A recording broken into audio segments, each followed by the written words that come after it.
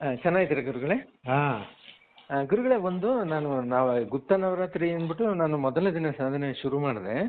ಬೆಳಗಿನ ಜಾವ 4 ಗಂಟೆಯಲ್ಲಿ ತ್ರಾಟಕದಲ್ಲಿ ಆ ದೇವಿಯನ್ನು ನೋಡ್ತಾ ಒಂದು 15-20 ನಿಮಿಷ, ಅರ್ಧ ಗಂಟೆ ಹಿಂಗೆ ನೋಡ್ತಾ ನವಾರ್ಣ ಮಂತ್ರ ಓಂ ಐಂ ಬ್ರೀಂ ಕ್ಲೀಂ ಚಾಮುಂಡಾ ವಿಜಯ ನಮಃ ಅಂತ ಮಂತ್ರವನ್ನು ಹೇಳ್ತಾ ಸಾಧನೆ ಮಾಡಿದೆ. ಅದು ನನಗೊಂದು ವಿಷನ್ ಕಾಣಿಸ್ತು. ಒಂದು ಫೇಸು, ಕಣ್ಣು, ಬಾಯಿ ಇದೆಲ್ಲ 3 ನಿಮಿಷಗಳ ಕಾಲ ಕ್ರಿಸ್ಟಲ್ ಕ್ಲಿಯರ್ ಆಗಿ ಕಾಣಿಸ್ತು. ಆಮೇಲೆ ಏನಿದು ಅಂತ ನನಗೆ ಅರ್ಥ ಆಗಲಿಲ್ಲ. ಆಮೇಲೆ ಅವತ್ತು ಸಂಜೆ ಒಂದು ಇದ್ರ ಹತ್ರ ಮಾರೇನಹಳ್ಳಿ ಬಂಡೆ ಹತ್ರ ಚಾಮುಂಡೇಶ್ವರಿ ದೇವಸ್ಥಾನಕ್ಕೆ ಹೋದೆ. ಆ ದೇವಸ್ಥಾನಕ್ಕೆ ಹೋಗಿ ನೋಡ್ತೀನಿ, ಫಸ್ಟ್ ಟೈಮ್ ಹೋಗಿದ್ದು. ಆ ದೇವ್ರನ್ನ ಏನು ನೋಡಿದೆ ಅದೇ ರೂಪ ನನ್ನ ಮನೆಯಲ್ಲೇ ಬೆಳಗಿನ ಜಾವ 4 ಗಂಟೆಗೆ ಕಾಣಿಸ್ಕೊಂಡಿದ್ದು. ಇದರ ಅರ್ಥ ಏನು ಅಂತ ನನಗೆ ಗೊತ್ತಾಗಲಿಲ್ಲ ಗುರು, ಅದಕ್ಕೆ ಫೋನ್ ಮಾಡಿದೆ. ಅಂದರೆ ಚಾಮುಂಡೇಶ್ವರಿ ತಾಯಿ ನನ್ನ ಕಷ್ಟಗಳನ್ನು, ನನ್ನ ಶಾಪವನ್ನು ಖುಷಿ ಪಟ್ಟು ದರ್ಶನ ಆ ಥರ ಕೊಟ್ಟಿದೆಯಾ, ಅಥವಾ ಮುಂದೆ ಒಳ್ಳೇದು ಅಂತನಾ, ಅಥವಾ ಏನು ಅಂತ ಅರ್ಥ. ಆ ದೇವಸ್ಥಾನದಲ್ಲಿರೋ ಫಸ್ಟ್ ಟೈಮ್ ನಾನು ಹೋಗಿದ್ದು ಆ ದೇವಸ್ಥಾನ ನೋಡಿರಲಿಲ್ಲ. ಆ ರೂಪ ನನ್ನ ಮನೇಲಿ 2 ನಿಮಿಷಗಳ ಕಾಲ ಕ್ರಿಸ್ಟಲ್ ಕ್ಲಿಯರ್ ಆಗಿ ಕಾಣಿಸ್ಕೊಂತು ಗುರುಗಳೇ. ಕಣ್ಣು ಬಿಟ್ಟು ನಾನು ತ್ರಾಟಕದಲ್ಲಿ ಸಾಧನೆ ಮಾಡ್ತಾ ಇದ್ದೀನಿ, ಕ್ಲಿಯರ್ ಆಗಿ ನೋಡಿದೆ ನಾನು. ದೇವಿ ನಿಮ್ಗೆ ಆಶೀರ್ವಾದ ಮಾಡಿದ್ಲು.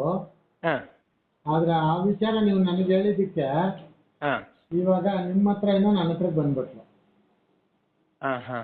ವೇಸ್ಟ್ ಆಗೋಯ್ತು, ನೀವು ಇಷ್ಟೆಲ್ಲ ಮಾಡಿ ವೇಸ್ಟ್ ಆಯ್ತು. ಅಂದರೆ ನಾನು ಗುರುಗಳ ಹತ್ರ ಅಷ್ಟೇ ಅಲ್ವಾ ಗುರುಗಳು ಹೇಳಿರೋದು. ನಾನು ಯಾರೋ ಬೇರೆಯವ್ರಿಗೆ ಹೇಳಿದ್ರೆ, ನಾನು ಯಾರ ಹತ್ರ 9 ತಿಂಗಳಿಂದ ಒಬ್ಬರ ಹತ್ರ ಮಾತಾಡ್ತಿಲ್ಲ, ಒಬ್ಬರು ಕಾಂಟ್ಯಾಕ್ಟ್ ಇಲ್ಲ. ಎಲ್ಲ ನೆಂಟರಿಷ್ಟು, ಬಂಧು ಬಳಗ, ಸ್ನೇಹಿತರು ಪ್ರತಿಯೊಬ್ಬರು ದೂರ ಇಟ್ಟಿನಿ, ಯಾರೂ ಇಲ್ಲ. ಮಾತಾಡಿದ್ರೆ ನಾನು ಹೆಂಡತಿ ಹತ್ರ ಅಷ್ಟೇ ಫೋನಲ್ಲಿ ಮಾತಾಡೋದು. ಅದು ಬಿಟ್ಟರೆ ನಾನು ಏನಾದರೂ ಡೌಟ್ಸ್ ಇದೆ ನಿಮ್ಮನ್ನ ಕೇಳೋಕ್ಕೆ ಫೋನ್ ಮಾಡೋದು, ಅಷ್ಟು ಬಿಟ್ಟರೆ ಯಾರಿಗೂ ಒಬ್ರಿಗೂ ಹೇಳೋಕ್ಕಲ್ಲ. ಗುರುಗಳ ಹತ್ರ ನಾವು ವಿಚಾರವನ್ನು ಶೇರ್ ಮಾಡ್ಕೊಬಾರ್ದು ಅಂತ ಎಲ್ಲೂ ಇಲ್ಲ ಗುರುಗಳೇ. ನಾವು ಗುರುಗಳ ಹತ್ರನೇ ಈ ಥರ ವಿಚಾರಗಳನ್ನ ಗುರು ಅಲ್ವಲ್ಲ. ನಾನು ಸಹ ಮನಸ್ಸಲ್ಲಿ ನೀವು ಗುರುಗಳು ಅಂತ ನಾನು ನನ್ನ ಒಳಗಡೆ ಸ್ವೀಕಾರ ಮಾಡಿದ್ದೀನಲ್ಲ ಗುರುಗಳೇ. ನಿಮ್ಮ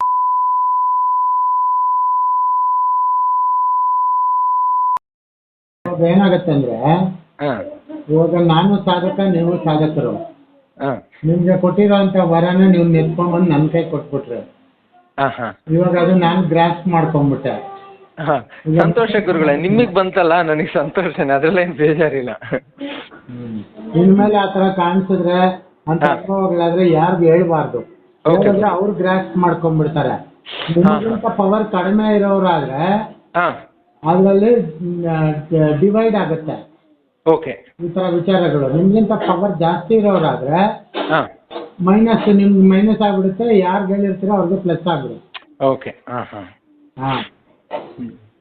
ನಿಜ ಗುರುಗಳೇ, ಕರೆಕ್ಟಾಗಿ ಹೇಳಿದ್ರಿ. ನೀವು ಹೇಳೋ ಉತ್ತರ ಹೆಂಗಿರುತ್ತೆ ಅಂದರೆ, ತಲೆ ಮೇಲೆ ಹೊಡೆದಂಗೆ. ಜಗತ್ತಲ್ಲಿ ಇನ್ಯಾರ ಹತ್ರ ನಾವು ಏನು ಕೇಳಬಾರ್ದು, ಏನು ಎಕ್ಸಾಕ್ಟಾಗಿ ಹೆಂಗೆ ಇಷ್ಟೆಲ್ಲ ಹೆಂಗೆ ಗುರುಗಳೇ ಉತ್ತರ ಅದು ಎಲ್ಲಿಂದ ಬರುತ್ತೆ? ಇವನು ಯಾವ ಪುಸ್ತಕದಲ್ಲೂ ಇರಲ್ಲ, ಯಾವ ಯೂಟ್ಯೂಬಲ್ಲೂ ಇರಲ್ಲ, ಅಷ್ಟು ನಿಖರವಾಗಿ ಕರೆಕ್ಟಾಗಿ ಹೇಳ್ತೀರಾ. ಇದ್ರ ಅರ್ಥ ಏನು? ಇವಾಗ ಇದ್ರಲ್ಲಿ ಅರ್ಥ ಏನ್ ಆಗ್ಬೇಕು ನಿಮ್ಗೆ? ನನಗೆ ಇದ್ರಲ್ಲಿ ಅರ್ಥ ಏನಾಗ್ಬೇಕು ನಿಮ್ಗೆ? ನೀವು ಕಲ್ತಿರೋ ಪಾಠ ಏನು ಇದ್ರಲ್ಲಿ? ನನಗೆ ಪಾಠ ಅಂದರೆ, ನಿಮ್ಮ ಮನೆಗೆ ಬಂದಾಗ ಅವಾಗ ಹೇಳಿದ್ರು ಗುರುಗಳೇ, ಈ ಥರ ಶಾಪ ಇದೆ, ಮೊದಲು ಇದನ್ನ ನಿವಾರಣೆ ಮಾಡ್ಕೋ ಹೀಗೆ ಅಂತ.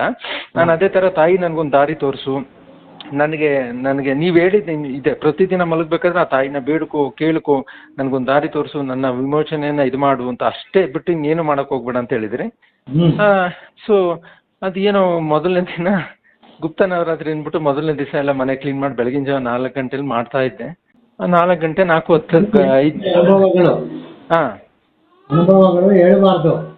ಇಲ್ಲ ಗುರುಗಳೇ, ಅದು ನಾನು ಸಾಧನೆ ನಾನು ಮಾಡ್ತಿದ್ದೀನಿ ಅಂತಾನೆ ಯಾರಿಗೂ ಹೇಳೋಕೋಲ್ಲ ಗುರುಗಳೇ. ಇನ್ನು ಅನುಭವಗಳು ನಾನು ಎಲ್ಲೇ ಹೇಳಿ ಯಾರಿಗೂ ಇಲ್ಲ. ನೀವು ಸತ್ತೋಗ್ತೀರಾ ಅನ್ನೋ ಟೈಮಲ್ಲಿ ಬುಕ್ಸ್ ಬರ್ದ್ಬಿಟ್ಟು ಸತ್ತೋಗ್ಬೇಕು. ಓಕೆ, ಅರ್ಥ ಆಯ್ತಾ? ಅದುವರೆಗೂ ನೀವು ಯಾರಿಗೂ ಏನೂ ಸೀಕ್ರೆಟ್ ಬಿಟ್ಕೊಡ್ಬಾರ್ದು. ಓಕೆ ಗುರುಗಳೇ, ಗೊತ್ತಾಯ್ತು ಗುರುಗಳೇ. ಕೃಷ್ಣನಿಗೆ ನಾಲ್ಗೆ ಮೇಲೆ ಕಾಳಿಕಾದೇವಿ ಬರೀತಾಳೆ, ಅದನ್ನ ಅವರು ಹೇಳೋದಿಲ್ಲ ಯಾರಿಗೂ. ಯಾರಿಗೂ ಹೇಳ್ದೇ ಇರೋ ಕಾರಣದಿಂದ ಎಲ್ಲರೂ ಅವನ್ನ ಹೀಯಾಳ್ಸೋದು, ಆ ರಾಜ್ಯದಲ್ಲಿ ಇದೆಲ್ಲ ಮಾಡೋದು ಮಾಡ್ತಾರೆ. ಅದೇ ಗೊತ್ತಿದ್ರೆ ಮಾಡ್ತಿರ್ಲಿಲ್ಲ. ಕಾಳಿಕಾದೇವಿ ಈ ತರ ಬರ್ದಿದ್ದಾರೆ ಅಂದ್ಬಿಟ್ಟು ಹೇಳಿದಿದ್ರೆ ಮಾಡ್ತಿರ್ಲಿಲ್ಲ. ಅದು ಹೇಳಲಿಲ್ಲ, ಹಂಗಾಗಿ ಮಾಡಿದ್ರು. ಅದು ಮಾಡಿದ್ರಿಂದ ಅವ್ರಿಗೆ ಅವಮಾನ ಆಯ್ತು. ಅದು ಅವಮಾನ ಆಗಿದ್ರಿಂದ ಅವ್ರು ಅದಕ್ಕೆ ಆನ್ಸರ್ ಕೊಟ್ರು. ಅವ್ರು ಆನ್ಸರ್ ಕೊಟ್ಟಿದ್ರಿಂದ ಅವ್ರ ಹೆಸರು ಇವತ್ತಿನವರೆಗೂ ನಾವು ನೆನ್ಸ್ಕೊತಾ ಇದ್ದೀವಿ. ಅಲ್ವಾ? ಹೌದು. ಸೊ ಅದಕ್ಕೆ ದೇವ್ರುಗಳಾಗ್ಲಿ ಯಾವುದೇ ಆಗಲಿ ಇದೆಲ್ಲ ಗುಪ್ತ ನವರಾತ್ರಿ ಅನ್ನೋದೇನಕ್ಕೆ ರಹಸ್ಯವಾಗಿ ಇಡಬೇಕು ಅಂತ. ಆ ಗುಪ್ತ ನವರಾತ್ರಿಯಲ್ಲಿ ಸಿಕ್ಕಿರುವಂತ ಗುಪ್ತವಾದ ಒಂದು ಬಹುಮಾನ ತಗೊಂಬಂದು ನನ್ನ ಹತ್ರ ಕೊಟ್ಬಿಟ್ರಿ. ಇವಾಗ ಇದು ಗುಪ್ತ ಇದೆಯಾ? ಅಂದ್ರೆ ನಿಮ್ಮ ಒಬ್ಬರಿಗೆ ಅಲ್ವಾ ಗುರುಗಳೇ? ನಾನು ಬೇರೆ ನೀವು ಲೌಡ್ ಸ್ಪೀಕರ್ ಅಲ್ಲಿ ಮಾತಾಡ್ತಾ ಇದ್ದೀರಾ, ನನ್ನ ಮುಂದೆ ಜನ ಇದ್ದಾರೆ, 1 2 3 4 5 6 7 8 9 ಜನ ಇದ್ದಾರೆ. ಇನ್ನೊಬ್ರು ಬಂದು ಹೋದ್ರು, 10 ಜನ ಹಂಚ ಇತ್ತು. ಮುಗಿದೋಯ್ತು ಕಥೆ. ಮತ್ತೆ ಸ್ಟಾರ್ಟ್ ಮಾಡಿ. ಆಯ್ತು ಗುರುಗಳು. ಮತ್ತೆ ನಾನು ಬರೋದು ಯಾರಿಗೂ ಹೇಳಕ್ ಹೋಗ್ಬೋದು. ಓಕೆ, ನೀವು ಅದೇ ಹೇಳಿದ್ರಿ ಗುರುಗಳು, ಯಾವ್ದು ಸಾಧನೆ ಶುರು ಮಾಡಬೇಡ ಅಂತ ಹೇಳಿದ್ರಿ. ಈಗ ನಾನು ಮಾಡ್ಬೋದಲ್ವಾ ಗುರುಗಳೇ? ನಾನು ಸಾಧನೆ 48 ದಿವಸದ ಮಾಡಿ. ಆದ್ರೆ ಇನ್ನು ಮೇಲೆ ಯಾವತ್ತೂ ಯಾರಿಗೂ ಹೇಳ್ಬೇಡಿ. ಖಂಡಿತ ಗುರುಗಳೇ, ನನಗೆ ಹೇಳ್ಬೇಡಿ. ಆಯ್ತು ಗುರುಗಳೇ. ಮತ್ತೆ ನಿಮ್ನ ನಾನು ಭೇಟಿ ಮಾಡಬೇಕು ಅಂದ್ರೆ ನಾನು ಬಂದು ಯಾವಾಗ ಫೋನ್ ಮಾಡಿ ಬರೋದಾ? ಅಂದ್ರೆ ಸುಮ್ನೆ ಒಂದ್ ದಿವಸ ನಿಮ್ ಜೊತೆ, 1 ದಿವಸ 2 ದಿವಸ ನಿಮ್ ಜೊತೆ ಇದ್ದು ನಿಮ್ಮ ಆಶೀರ್ವಾದ, ಅಂದ್ರೆ ನಿಮ್ಮಲ್ಲಿ ಒಂದು ಅಗಾಧವಾದ ಒಂದು ಶಕ್ತಿ ಇದೆ. ಒಂದು ನೀವು ಕೊಡೋ ಉತ್ತರ ಆಗ್ಲಿ ಪ್ರತಿಯೊಂದು ಅದ್ಭುತವಾಗಿರುತ್ತೆ. ಬೇರೆ ಯಾರು ನಿಮ್ ತರ ಆ ತರ ಒಂದು ಉತ್ತರವನ್ನ ಕೊಡೋದಕ್ಕಾಗಲ್ಲ. ನಮ್ಗೆ ಏನೋ ಖುಷಿ ಆಗುತ್ತೆ ನಿಮ್ಮ ಜೊತೆ ಬಂದಾಗ 1 ದಿವಸನೋ 2 ದಿವಸನೋ ಇದ್ದು ನಿಮ್ಮನ್ನ ದರ್ಶನ ನೋಡ್ಕೊಂಡು ಹೋಗೋದಕ್ಕೆ. ಹಿಂದೆ 4 ದಿವಸ ಬಂದಿದ್ದೆ, ನೀವು 1 ತಿಂಗಳು 2 ತಿಂಗಳು ಇಟ್ಕೊಂತೀನಿ ಅಂತ ಹೇಳಿದ್ರೆ ಫಸ್ಟ್ ಪರೀಕ್ಷೆ ಮಾಡ್ತೀನಿ ಅಂದ್ರಿ, ಆಮೇಲೆ 4 ದಿವಸಕ್ಕೆ ಸಾಕು ಅಂತ ಕಳಿಸಿದ್ರಿ.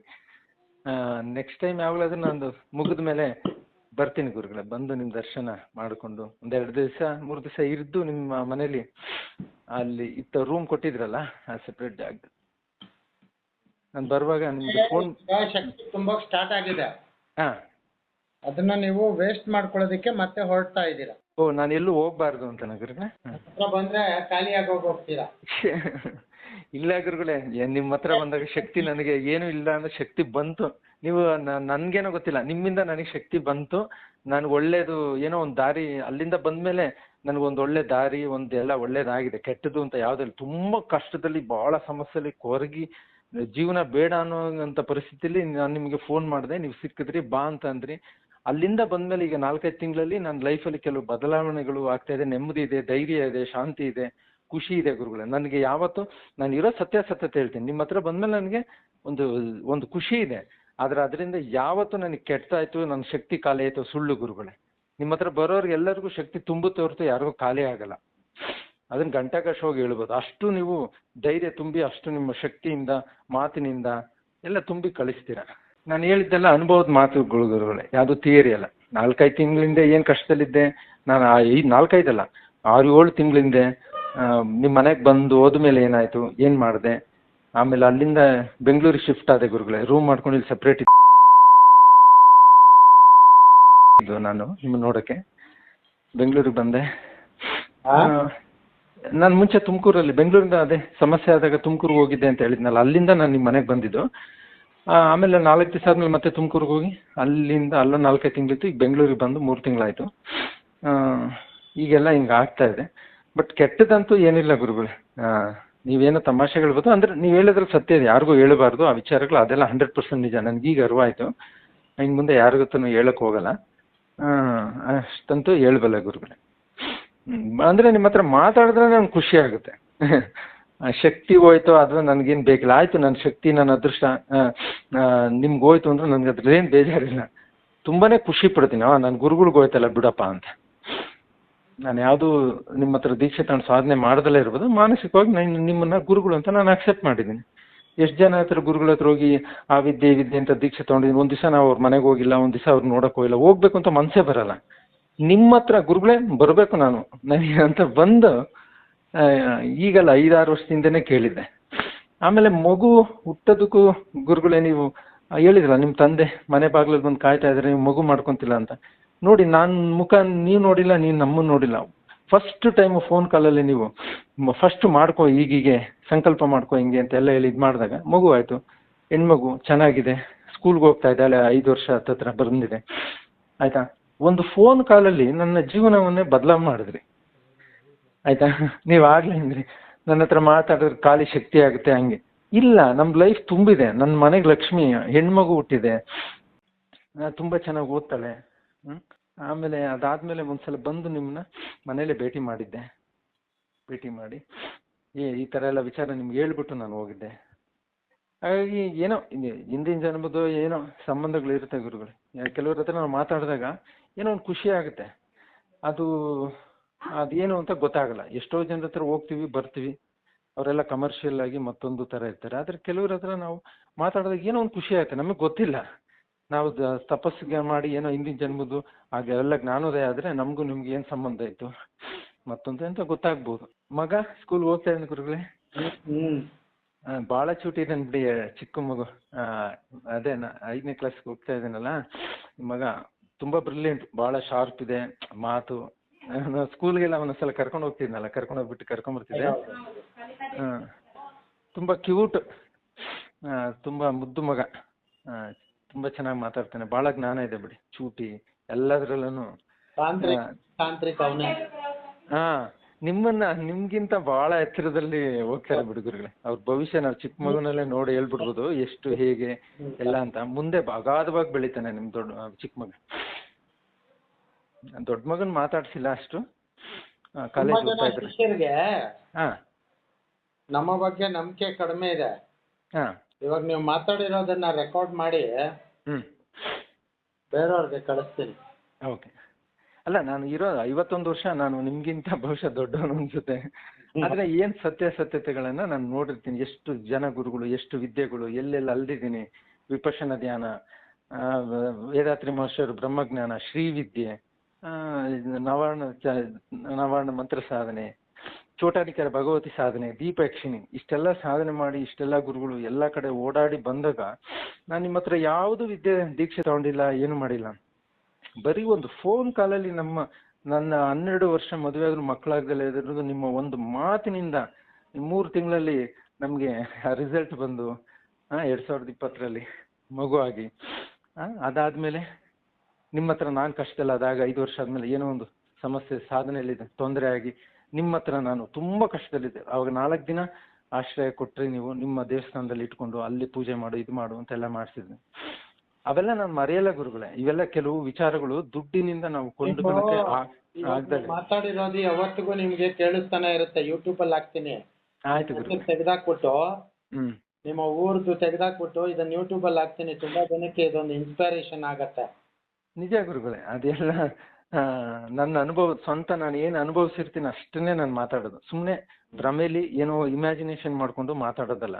ನಾನು ಏನು ಅನುಭವಿಸಿದ್ದೀನಿ, ಎಸ್ ಇದೇ ಟ್ರೂತ್, ಕಡ್ಡಿ 2 ತುಂಡಾಗಂಗೆ ಮಾತಾಡೋ ಅಂಥ ವ್ಯಕ್ತಿ ಅಷ್ಟೇ ನಾನು. ಮತ್ತೆ ಗುರುಗಳೇ, ಮತ್ತಿನ್ನೇನಿಲ್ಲ, ಒಳ್ಳೇದಾಗ್ಲಿ. ಆಯ್ತು ಗುರು, ಮಾತನ್ನ ಇಲ್ಲಿಗೆ ಕೊನೆ ಮಾಡೋಣ. ಓಕೆ ಗುರು, ಮತ್ತೆ ನೆಕ್ಸ್ಟ್ ಕಾಲಲ್ಲಿ ಯಾವಾಗಾದ್ರೂ ಮಾತಾಡೋಣ. ಮಾತಾಡಿರೋದು ನಾವು ಯೂಟ್ಯೂಬಲ್ಲಿ ಹಾಕ್ತೇವೆ. ನಿಮ್ಮ ಪರ್ಮಿಷನ್ ಇದೆ ತಾನೇ? ಇದೆ ಸರ್, ಇದೆ ಗುರುಗಳೇ. Thank you.